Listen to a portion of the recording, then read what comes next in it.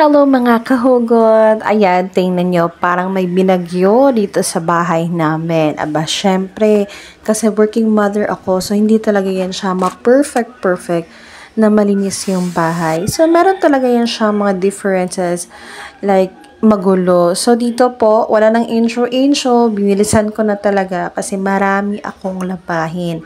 So, dito po, sinusort ko talaga yung puti sa decolor kasi hindi naman yan siya pwede na pag-isa yung paglalaba dyan kasi hindi po yan siya appropriate. Lalo na po, magkakaman siya yung mga puti mong damit, diba?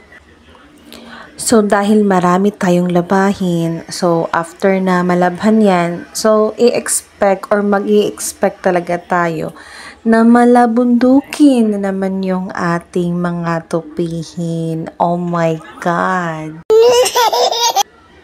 Alam niyo ba, yung pinakagusto ko talaga dito is yung nire-record ko siya na mahina or napaka-slow talaga ng movement ko.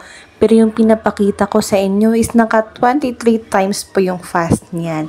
'Di ba? Ang ganda talaga tingnan. Pag ganyan sana parang si Flash napakabilis ng kilos. Pero sa totoong buhay hindi po ganon. Kaya hindi po tayo mag-expect. Hindi po ito realidad. Ang realidad po is, ang mga gawain talaga sa bahay is hindi po siya minamadali. Kung hindi, minimake sure natin kahit mahina or slowly, but basta surely. Yun naman talaga. Slowly but surely. Yun naman talaga yung slogan natin sa buhay.